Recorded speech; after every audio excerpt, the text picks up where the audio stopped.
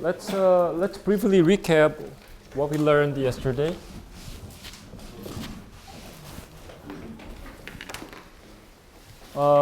Yesterday we discussed the PSK modulation. For example, binary PSK and also quadrature PSK. We call that BPSK and QPSK, right? So BPSK, as you remember, it's always same as the antipodal signaling. It's binary signal, so we are basically transmitting two symbols. One of two symbols, right? S0, S1, and S0 is a positive cosine, S1 is minus cosine. So that's why we call that as antipodal signaling. Again, you want to remember this picture, okay? What we are going to do in the transmitter, what we want to do in the receiver, and why do we have this, and what is this, what we are doing here in this block. So all those things you need to remember. And not only that, how do you write the equation for BT? And what is the equation for ST? And what is the mathematical equation at this point, okay? Or at this point? So of every single point, you want to write it in equation. Also, you want to draw a picture in the frequency domain. Remember that we draw the frequency domain picture for every point, right? So you want to remember those things. So simply speaking, just remember the whole picture. That will help. And when you look at the midterm exam last year, right? We have this picture in the exam, right? And I'm going to ask you, at that time I asked students to write the frequency plot, frequency picture of every point. Okay, so we may have a similar question this time, so just remember this whole picture.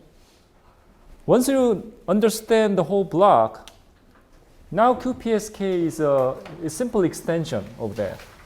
And only difference between the BPSK and QPSK is that we have four different phases because we have four symbols. And this is a PSK, so each symbol has a different phase. So we have four different phases. 45 degree, another word, pi over 4, 3 pi over 4, 5 pi, 7 pi over 4. So we have four different phases. So we have four different symbols. Once you have these symbols, simply, so this is what we have for ST. ST is what we transmit over there. When you look at this one, right, this is cosine alpha plus beta. So using the trigonometry identity, you can rewrite this one into this way. Cosine alpha times cosine beta minus sine alpha times sine beta. Okay? So once you write this way, now what you can notice is that we have a cosine carrier frequency term. We have a sine carrier frequency term. And this is like a cosine carrier value. This is a sine carrier value. And what is important for us is this value, cosine term and sine term. This carrier part will be dropped anyway. Okay, just before transmission, let's go back here. Just before transmit, you multiply cosine, and after the channel, we receive it and we multiply carrier again. So eventually, the carrier will be disappear here, right? You originally have no carrier. You multiply carrier only before transmit. And right after you receive, again, you multiply carrier, so carrier will be dropped. We have low pass filter, right? Once you pass through low pass filter, carrier is not there. So eventually carrier is a temporary thing, only temporary, in order to go out to the channel. When you go out to the channel, you need a carrier, but eventually you drop the carrier, so carrier is only temporary to go to the channel. So given that this carrier part, cosine, sine carrier will be dropped anyway. And what is important is this part, cosine and sine part, sine component. Maybe you can include the minus sign also. So this cosine component, sine component, that is important for us. And when you have these four symbols, the difference is that we have four different phases, 45 degree, 135 degree, we have four different phases. Those phase is function of here, right? S0, 45 degree. So this is going to be cosine 45 degree minus sine 45 degree. So when you have 135 degree symbol, this is S1, S2. S2 is like a cosine 135 degree minus sine 105 degree. Something like this, right? So that's what you have. So when you draw this whole thing into a plot, that's what we call as constellation plot. So this constellation plot basically visualize all those values. So this is 45 degree, 135 degree. So this is S1. Here is S2, S3, S4. Right? That's what we have. So when you look at this constellation plot, basically you can find all the necessary information. Basically what we need is a phase, because phase has information. So all you need to do is how much phase we have. Is it 45 degree, 135, or this one, this one? So how many phase we have, that's what we need. And this constellation plot tells you and shows you all those information.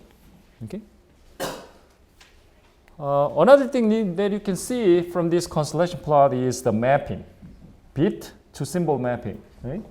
So we have bit 10 mapped to the S1, 00 bit sequence is mapped to S2. Right? So that is a mapping, 0, 1, 1, 1. So this is the mapping. And one thing that you want to remember in terms of mapping is a gray mapping, gray coding. Okay? Gray coding. So meaning that if you look at this, right, the neighboring symbol is this one and this one. Neighboring means the closest distance. Okay? Which one has the closest distance? This distance is same as this distance because this is a circle, right? This one, distance is a little bit far, a little bit large, right? This is a little bit far. So that's not neighbor. This is neighbor because this is the closest distance, right? Closest neighbor. So between the close neighbors, we want to make sure that we have only one bit difference. So because it is 0, 0, this can be 0, 1 or 1, 0. You should not have a 1, 1 because in that case you have a 2-bit error, right? So that's one thing that you need to remember when you do the mapping. But maybe you want to put this one as a 0, 0. That's okay. You can do that. In that case, if this is mapped to the 0, 0, maybe you can do like 1, 0 here, or 0, 1 here, and 1, 1 here. That's okay. Okay? No problem. No problem. Okay? So that's another information you can get from this constellation plot. So this table shows you those components value. Here's S1, S2, S3, S4. So S1 has a cosine component of positive value and minus the sine component value. Because S1 actually is here, right? This is S1. So you have a cosine, positive cosine, negative sine. And what's the value exactly here? That's the value here, x, y, something like this, right? So this table tells you exactly the location of each symbol in this constellation plot. Okay, so that's what it is. So this one we already talked about it. So that is simply the QPSK. And another thing that we learned is how to generate the QPSK or how to do QPSK modulation. So this is a QPSK modulation at the transmitter. Simply speaking, right? We have a mapping between 2 bits into one symbol. So eventually you are going to have 2 bits coming in. For example, 0, 1. Okay? When you get the 0, 1, of course the incoming bit sequence is like this sequence, right? So you have continuous bit sequence. But you're going to make 2 bits as a one group, like a 2-bit, 2-bit, 2-bit. So every 2-bit comes in here, and for example, 0, 1 bit comes in. Then based on this mapping, 0, 1 is mapped to S3. That means that we have minus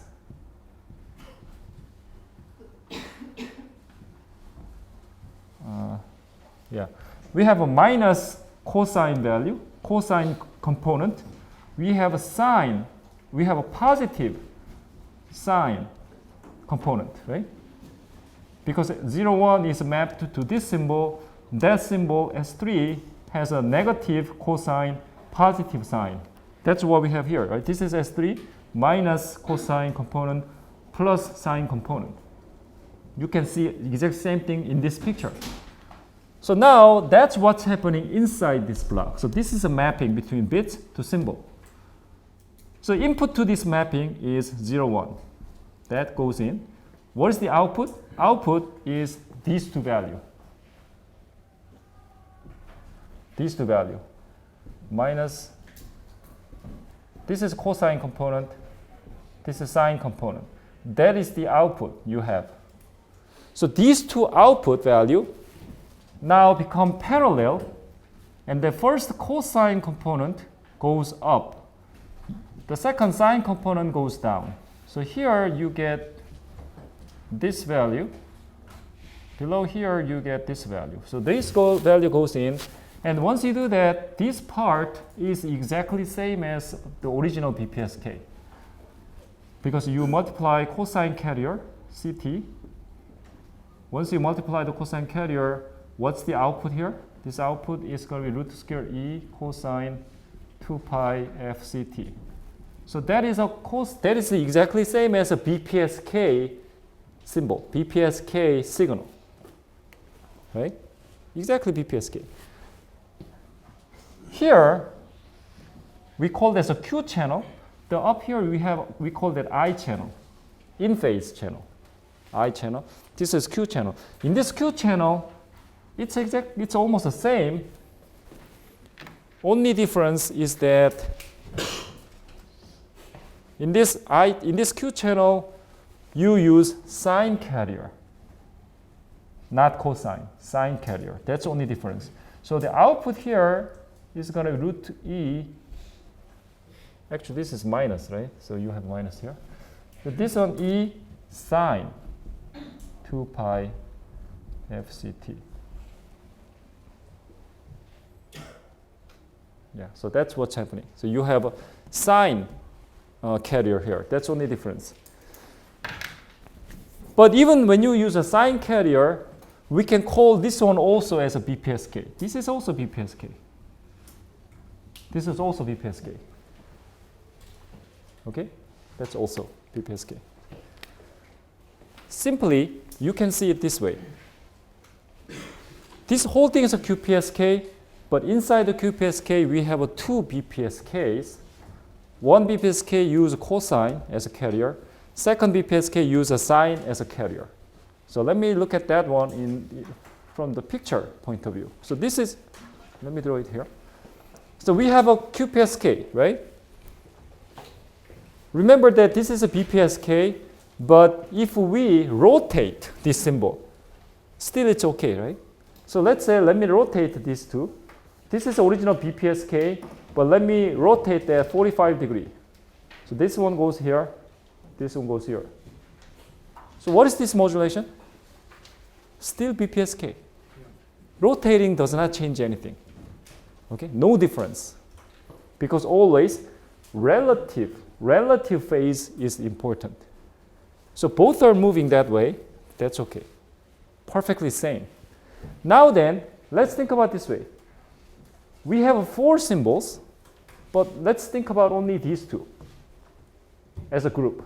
What is this one? This is one BPSK. Let's look at this one. This is another BPSK. So when you look at this QPSK picture, what we can see is that this one actually is 2 BPSK. One BPSK for these two, another BPSK for these two. Okay, put them together, that's going to be QPSK. So that fact also can be found in this picture. Okay? So this block diagram here, it's just BPSK, 2 BPSK in a one box. And we call that box as a QPSK. Okay, now that's the transmitter. Now let's take a look at the receiver.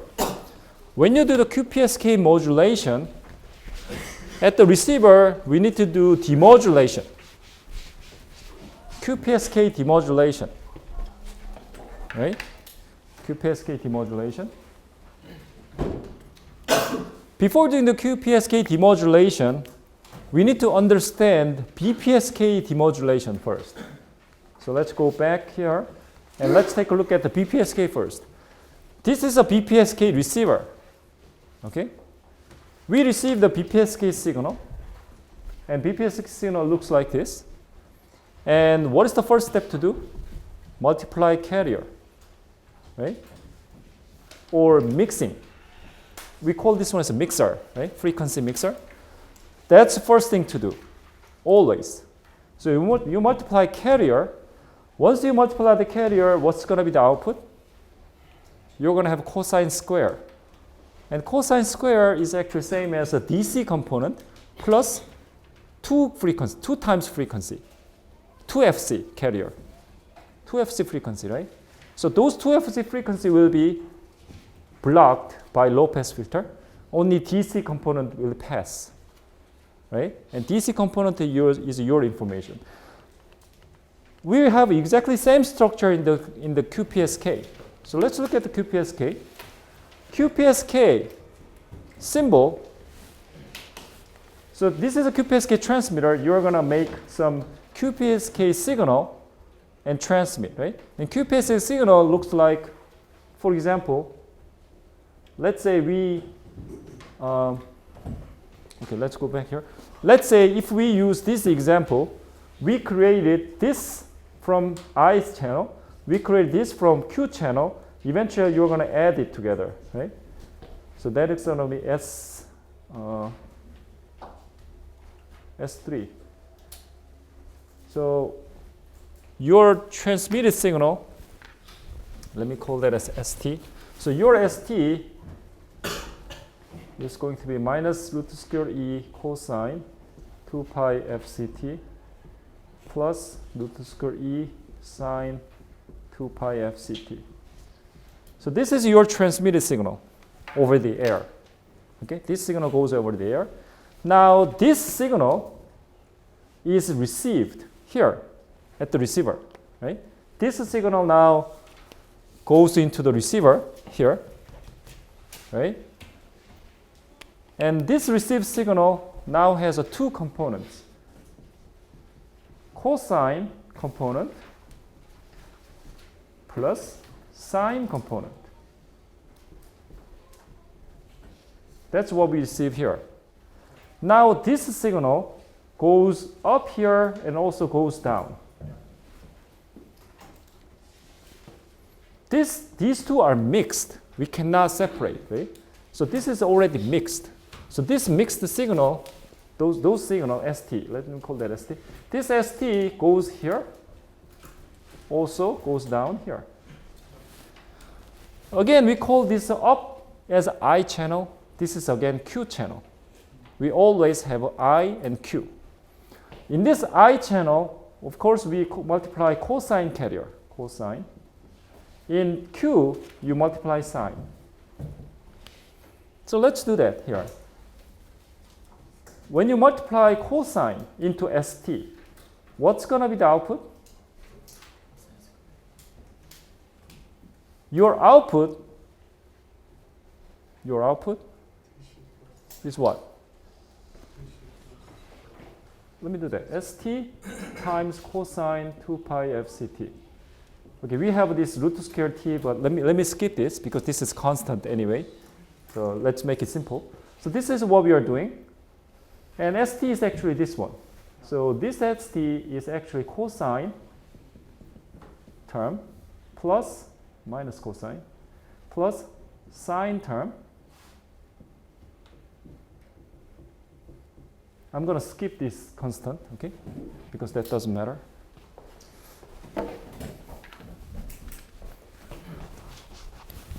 This times cosine. That is this one. Okay? Let me write it again. Cosine square 2 pi FCT plus sine cosine. This is what you have here. Okay? We want to use the identity, trigonometry identity. We always use a lot of trigonometry identity. So based on the identity, we know that the cosine square is half 1 plus minus half 1 plus cosine 4 pi fct. That's from the cosine square term. And this term actually is a sine times cosine. So based on the identity, this will be sine 0, I think, plus, minus. It's going to be something like this. I'm not sure. Do we have a 2? Is it half? Yeah, half. Okay. Something like this, right? I didn't change anything. I just used the identity and replaced it into this one, right? I just rewrite it. I didn't change anything. So this is the output. So that's what sine 0 actually is 0. So this is 0 anyway. So this is what you're going to get right here after the mixer. Okay? After the mixer, we're going to get this. Now, what is the next step to do? Next step to do is filter. Remember that every time when you have a mixing, like a frequency mixing, you always filter, right? We discussed that already. So we are multiplying this signal, two different signals, we always have a filter. So in this case, it's a low-pass filter. When you have a low-pass filter, now let's take a look at here. This is the signal here. This signal goes into the low-pass filter. Now this high-frequency component is gone. This high-frequency component is also gone because this is sine, cosine, but both are high-frequency component. This is 0 anyway. So what is remaining is only, this is remain. That only pass. That's what you're going to have. I just skipped the root square e, so put that in here. You're going to have this one, actually. So that is the output of the low-pass filter. So simply speaking, right, in BPSK, what you have is you only have cosine square, right? Remember that when you have BPSK, when you multiply the cosine at carrier at the receiver, you always get cosine square. But in this case, you have cosine square plus you have sine times cosine. But the sine times cosine will be 0 anyway. It becomes a 0 anyway. Why is that? Cosine times sine is always 0. Yeah, because that's orthogonal, right? I told you that cosine and sine is orthogonal.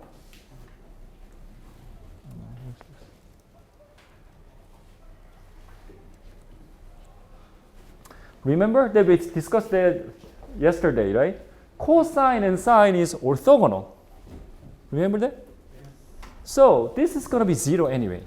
When you do low-pass filter, right? I just simply give you a concept that this one is going to be disappearing. But when you look at this same thing from the mathematics point of view, this is actually integration. Okay? Mathematically, this is an integration. So when you put the integration, sine, cosine, it's 0 because this is orthogonal. So these two multiplication, sine times cosine, is always 0. This is always 0. And you can see that here, right? This is 0 anyway. This will be 0 when you do low-pass filter. So this is 0 anyway. That's 0. So eventually your output is going to be same as BPSK because this is 0. Now let's take a look at the Q channel. You can do the Q channel exactly same way. Now the Q channel is ST times sine 2 pi FCT here. So what is the output here? Same way. Let's do that sine here. So we'll have sine. Here sine. Now when you have sine, you have sine, right? Then what you're going to have is sine square minus cosine times sine. That's what you're going to have, right? That's the output you get here. Okay? Here you get this signal. Sine square, we can again change it to, is it sine?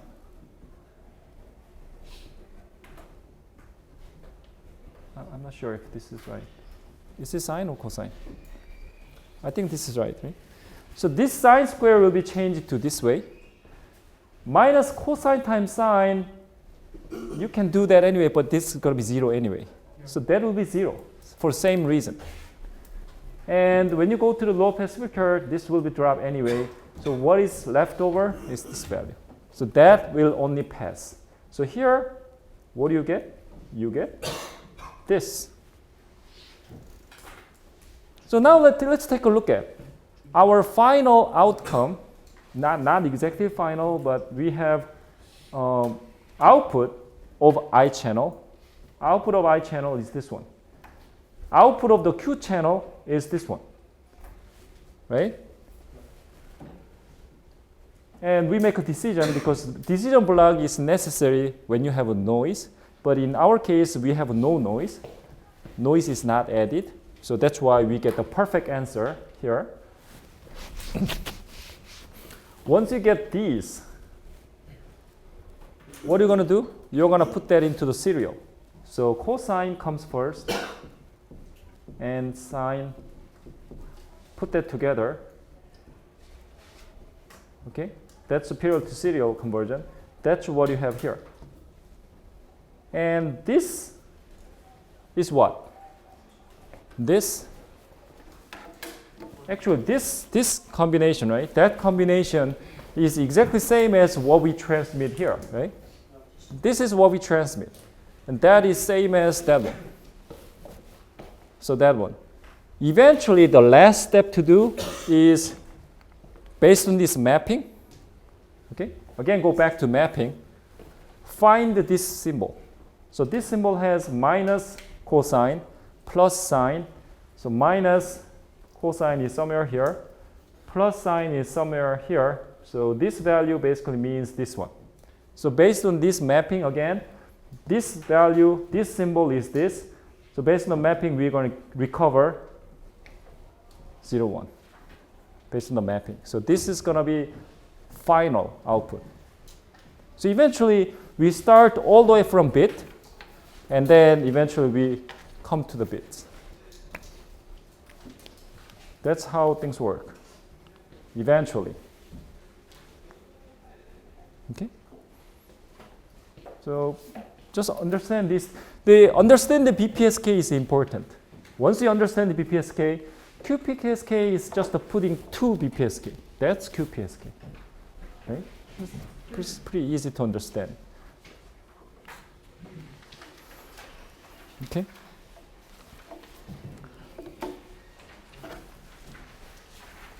Yeah. So let's move on to the next one. Now in Emory case, so far we looked at the BPSK case, binary PSK, and quadrature the QPSK, okay, QPSK, so M equal to 4, but M can be 8 PSK. In this case, you have 8 symbols, and phase has information, so we have 8 different phases. So in that case, this is the angle between the symbol, right? In the BPSK, when you divide by 2, because there are 2 symbols, the phase difference between 2 symbols is 180 degree. In this case, it's 90 degree. In this case, it's 45 degree, right? So you are going to have like 1 here, 1 here. So this is S1, S2, S3, S4, something like that. So S7, S8. So we have 8 symbols. But each symbol has 45 degree between the neighboring symbol, 45 degree. Okay? But every symbol is on the unit circle, on the same circle. So energy is always the same.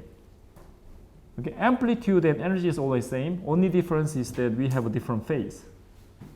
45, 90, 135, 180, things like this, right? So that is 8 PSK. We can also think about 16 PSK. We can make a 16 symbols on here. So in that case, the angle between the neighboring symbol is gonna be 22.5 degrees, right? Okay, yeah, something like that. We don't have to remember this 8 PSK and 16 PSK because this 18 PSK, 8 PSK, 16 PSK is not going to use. They are not used. I never seen any system using these two modulations. Okay, this is not popular. Actually, not even popular. This is not used. Why is that? QPSK is the most popular modulation. So you need to remember exactly about QPSK, everything about QPSK. QPSK is very, very popular. Your phone is using QPSK. Okay? QPSK used everywhere, but 8 PSK, 16 PSK is never used. Why is that? Same bit error between BPSK.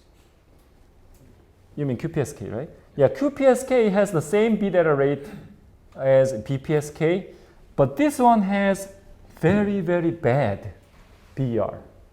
Why is that? Bit error rate or symbol error rate is always a function of distance between symbol. In this case, look at that. The distance is so close. Distance is really close, right? So you have a lot of errors in this case. This one also, you have very high error. So that's not good, right?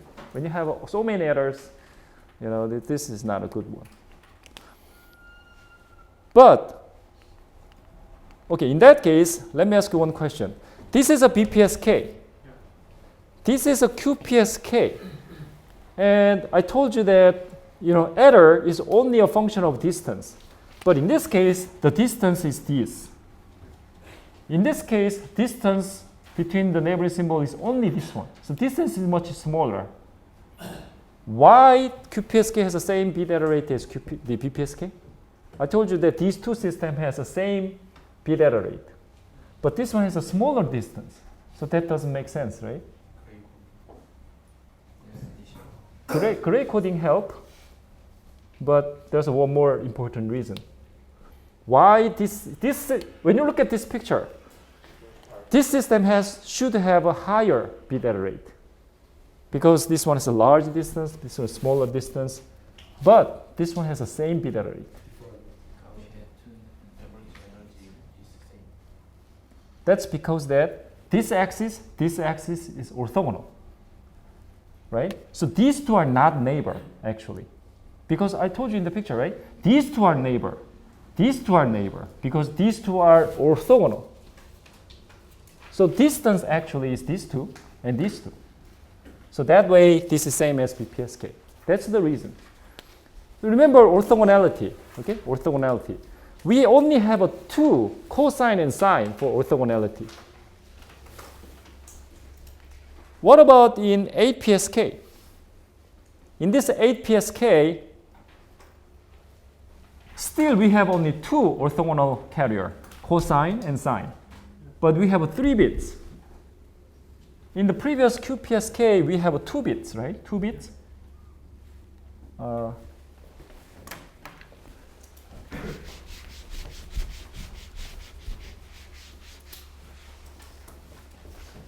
You can take a look at this way. Think about this. All the left plane has the first bit 0. All the right plane, first bit 1. Right? When you cut it this way, all the upper plane has the second bit 1. All the lower plane has a second bit 0. Okay? So here we have a second bit 0. Here we have a second bit 1. Left, first bit 0. Right, first bit 1. So that's how this looks like, right? when you take a look at this BPSK, left plane, you have 0. Right plane, you have 1. So that way it's the same as this. Here you do the same thing.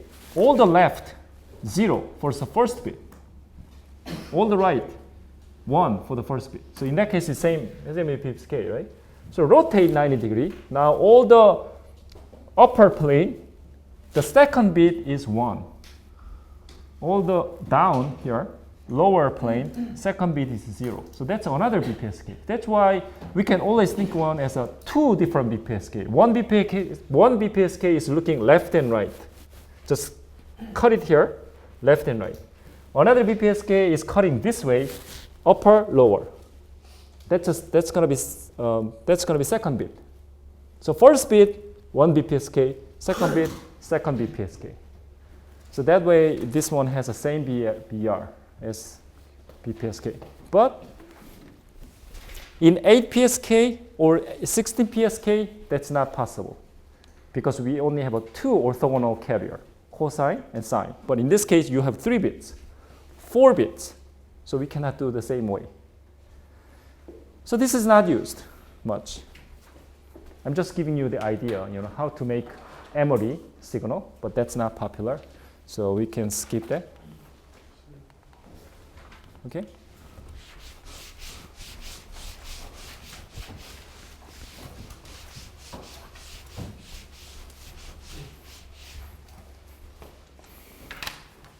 So this next slide asks you questions.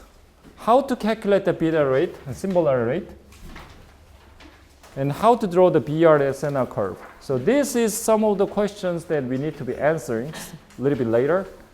Okay, later we're going to answer this one. So this is an important question. We need to find the answer. So we can find the answer a little bit later. So let's move on. We have another type of modulation, right, called the FSK. What was the FSK? Your information is in the frequency. Right? That's FSK. So you're going to use different frequency for different symbol.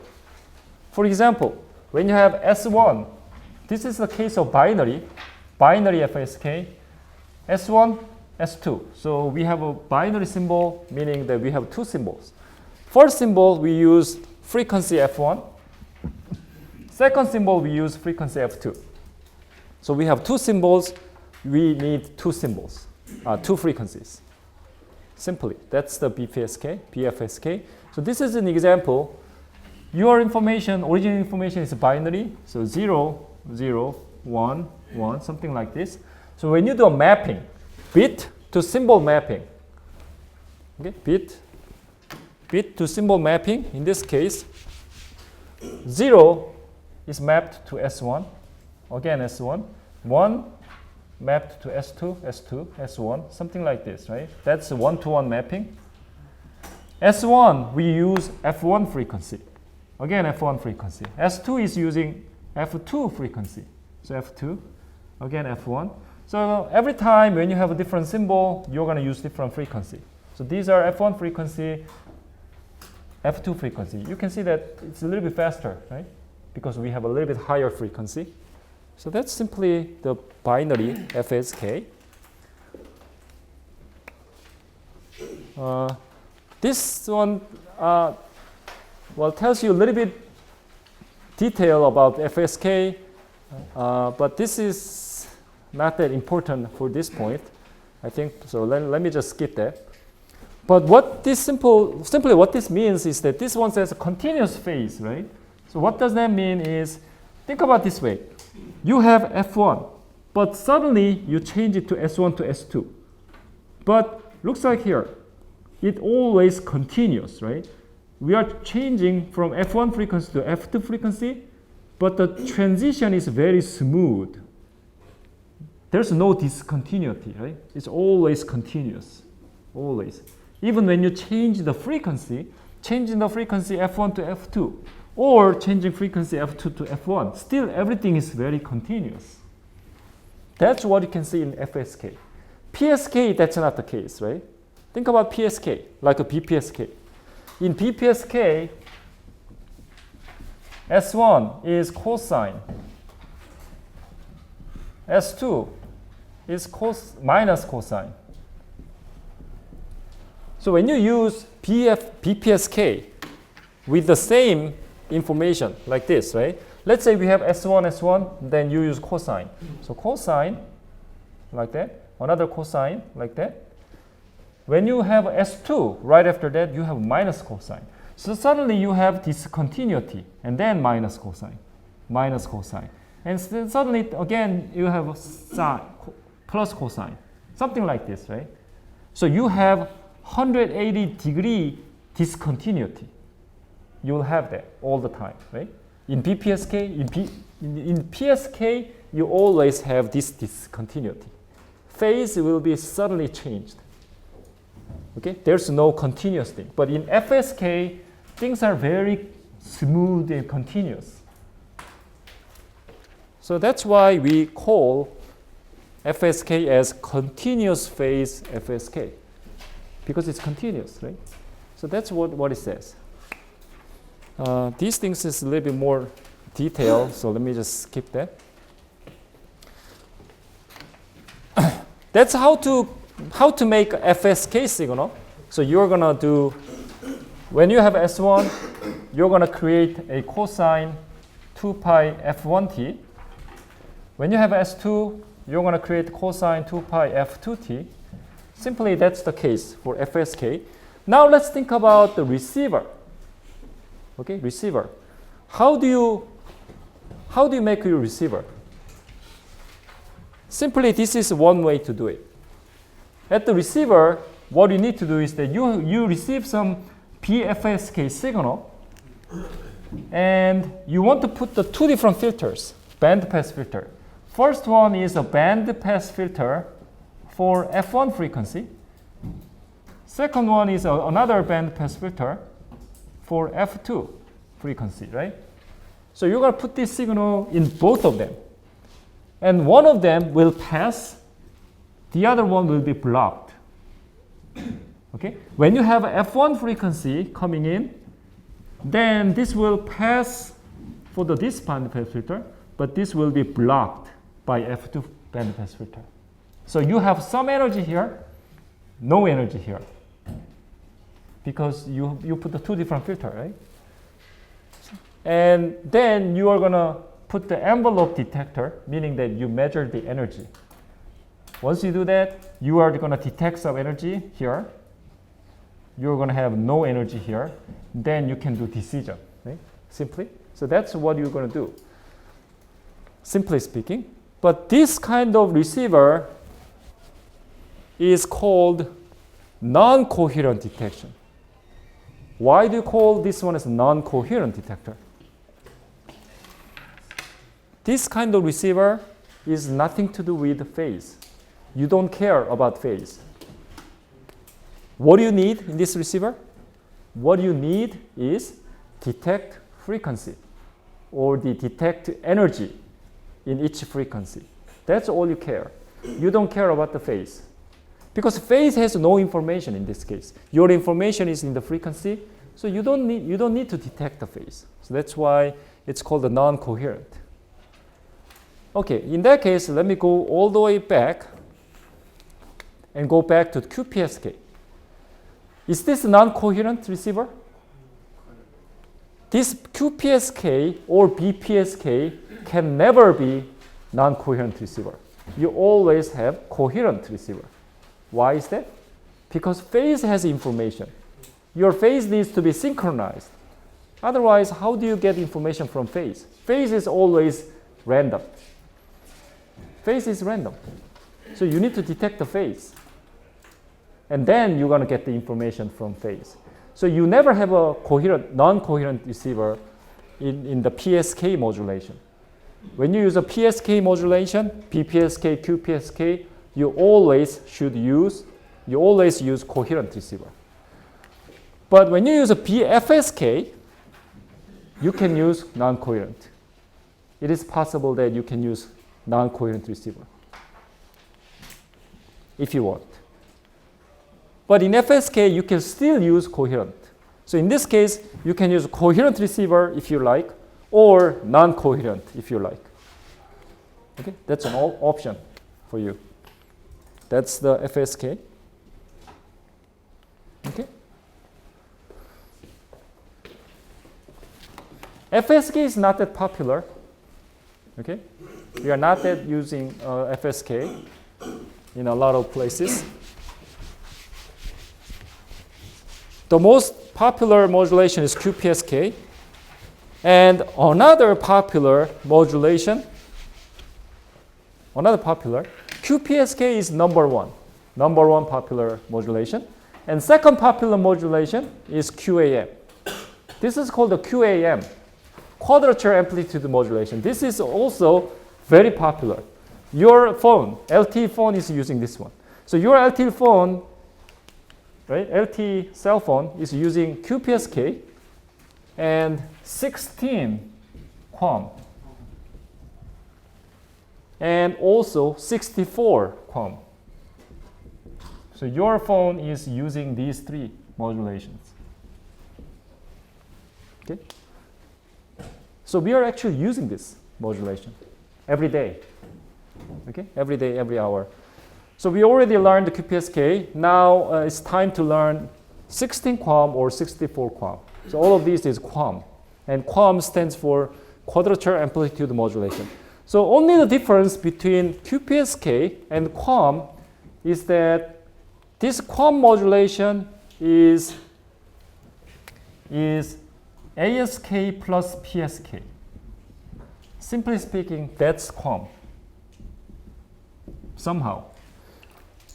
So what does that mean? ASK modulation has the information is in the amplitude. So your amplitude changes. That's your information. PSK, your information is in the phase. Your phase has your information. So now in QAM has amplitude and phase. Both of them has information. So let me skip to the picture. This is QAM. And how many points do you have? 16. So this is the case of 16 QAM. We have 16 points. When you see this, right? This is not amplitude modulation. This is not ASK because we have a phase rotation, right? If this is ASK, everything needs to be in a one axis. But we have a phase rotation, right? So this is not ASK, but it is somehow ASK because this one has this energy, amplitude, but this one has much higher amplitude. So this amplitude is different from this amplitude, and this one also has another amplitude. Let's say this is S1, this is S2, here to here, this is S3. So we have a 3 different amplitude. So it somehow is ASK because the information is in the amplitude. Not only that, this is also some type of PSK because let's compare these 4 points. This point, or let's look at it this way. This point has 45 degrees. This one has 135 degrees. Right? What about this one? This one is also 45. What about this one? This one, it's like a 60 degrees, something like this, right? I don't know exactly what's the degree, but this degree, it's like this. This is 1, here is a 3. So it's like 1, this is like 1, no, let me, this is 1, 3. So what is this angle? I don't know. This is like arctangent 3, something like that, right? So I don't know what's the angle, but that is another angle. So this one is also another angle. So we have many different phases. So phase has information. Amplitude also has information. So we have 16 different symbols in that case.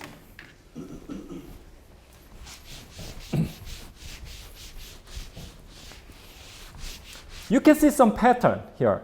The pattern is here we see 1, 3, -1, -3. So distance between this symbol is 2. Here, 2. Here, 2. Again, 2. Same thing for the y. Here, between here, 2, 2, 2. Okay? So that way, the distance between here, here, here, here, here is the same.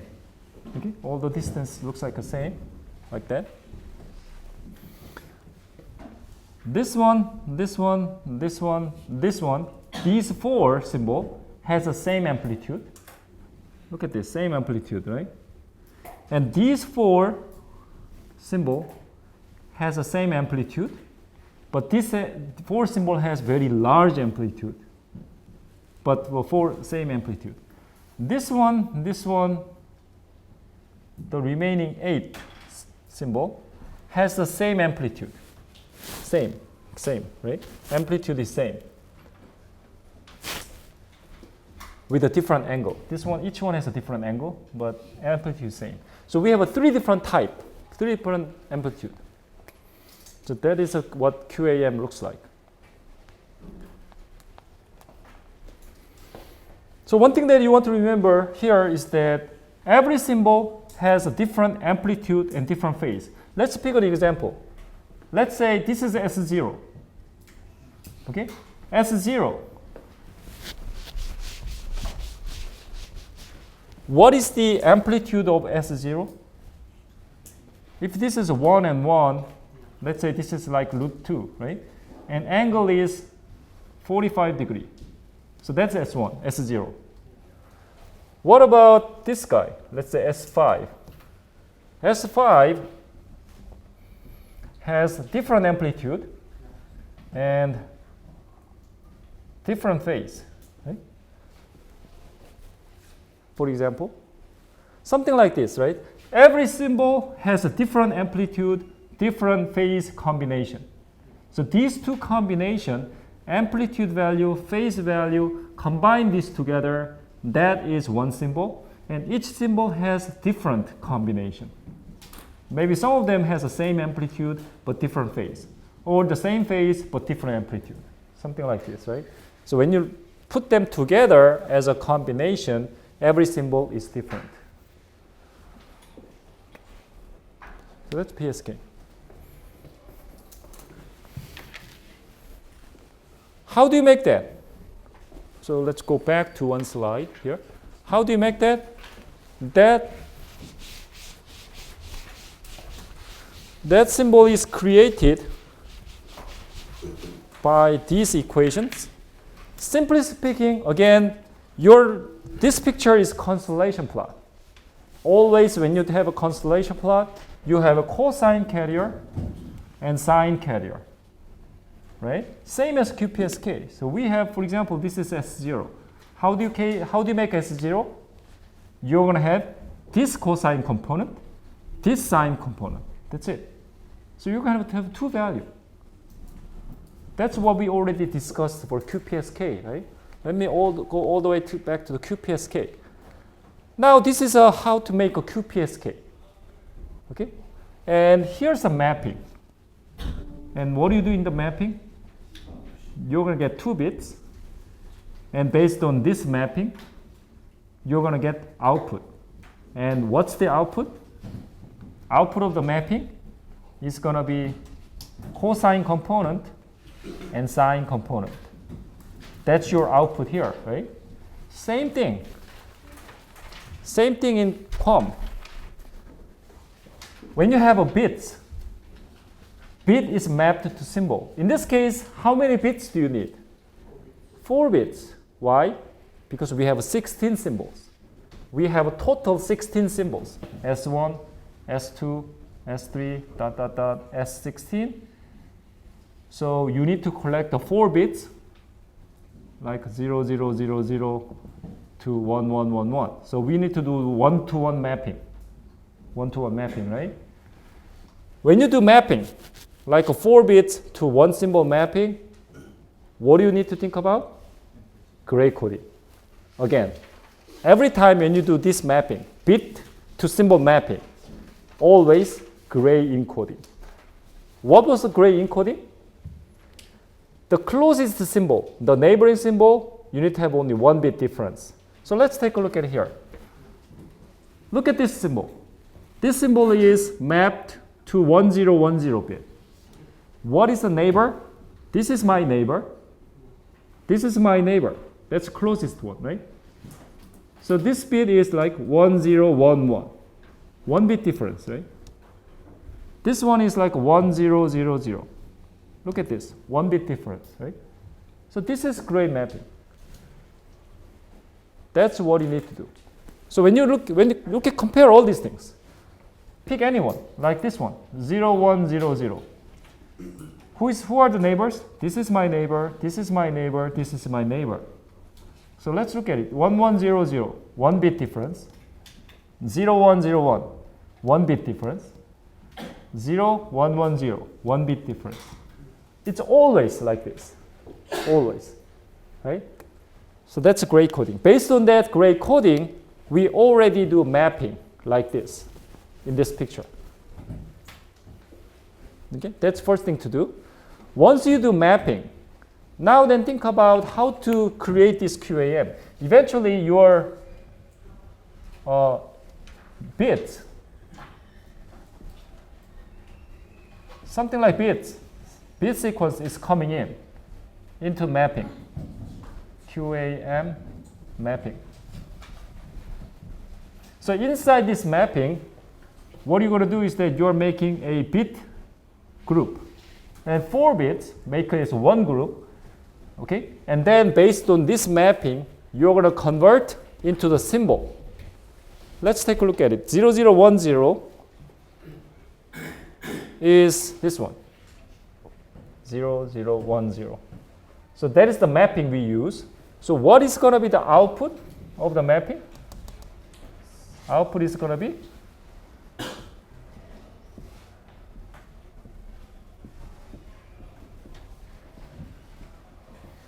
this one. Why? Because that is our cosine component. Right? And that is our sine component here. So that's what you're going to have here, right? That's what you're going to have. Let me take another example. Let's say 1110. 1 second. No. Let me take it back. This one is not 2. This one is 10. Yeah. So I'll give you why. But anyway, let's just take it. So what is important here is that forget the 10 at the moment. Just forget it. What you need to remember is a 3e. Why is the 3e 3e? Because this is 3, minus 3, minus 3. So we have minus 3, minus 3. So let's take this one as an example. 1110. In this mapping, let me change it to another one. 1010. So 1010. That's another bad one. So let me change it to 0010. I'm going to select the one in the middle. Oh, this is the same one. Let me take a 1101. 1101. 1101. Okay? So that is this one. When you get this one as a next sample, based on this mapping, what is the output? Your output, because this is the value, your output is going to be E10 E root square 10. E10. That is your output. If your input is 1000, let's say this input is coming in. Now, based on the mapping, this is the symbol, right? This one has minus this cosine component and this sine component. So when you get this, the output is going to be minus 3e10 and plus this is your output. So what I'm trying to say is that in QAM, you need 4 bits as an input. What is the output? These two values. Okay, those two values. You have, anyway, you have a cosine component, sine component. Now the last thing is, why is it 10? What I'm doing is, I'm doing normalization. Okay, normalization. And why do I normalize by root square 10? It's actually simple, pretty simple.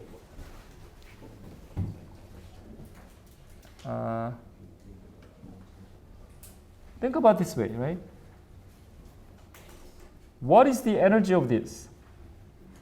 Maybe it's not 10. Maybe it's 20 in this case. S0 has the energy, let's say energy of S0. This is 2. Right? Because this amplitude is root square 2. When you have a 1, this is root square 2. But this is amplitude. So let's do square. You're going to get the energy. That's going to be 2. So we have 4 symbols. We have 4 symbols. 4 symbols have energy 2. What about this symbol? This symbol has the energy 3 root square 2. So when you do square, that's 18, right? Energy. Another 4 symbols have energy 18. We have 4 symbols. What about this symbol? That symbol has 3 and 1. So it's going to be 10. But we have 8 of them. So what you want to do is you're going to add it all together. Like we have 4 symbols with energy 2. So 4 symbols with energy 2. Another 4 symbols with energy 18. Another 8 symbols with energy 10. So when you add it all together, this is like a 28, so 160. Okay? When you add it all together. And what you want to do is you're going to divide by 16 because we want to get average. We all have 16 symbols. Just divide by 16. Because this is a total sum of energy, right? We just simply this energy plus this energy plus this energy. We added all the energy. And then just divide by 16 in order to get the energy. So what is the value? 10. But this is energy.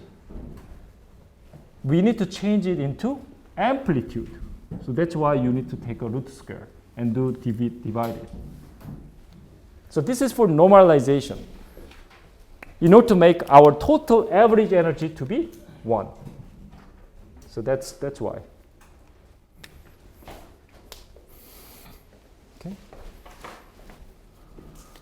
Okay, so that is QAM. That's what you need to remember. So this is what you need to remember. Simply these things. Eventually the QAM, we take 4 bits because we have 16 symbols. Just take 4 bits and based on this mapping, just convert 4 bits into these 2 values, or these 2 values, or these 2 values. That's simple. That's QAM. What about 64 QAM? We have 64 points. How many bits do you need to do mapping? 6 bits. Okay? 6 bits. So in that case, we have 64 symbols. S1, S2, ... to the S64. And we need 6 bits. So that's the mapping. Again, you need to have gray encoding. Same way. Using the gray encoding, you need to have a mapping. If you're interested, you can Google it.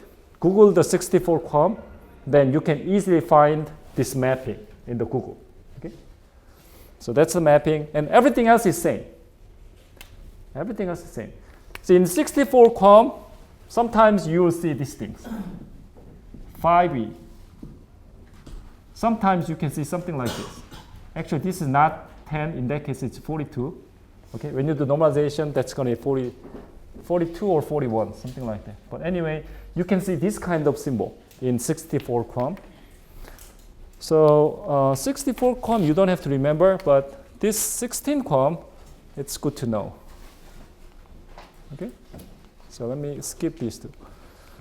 Okay, that's it for today.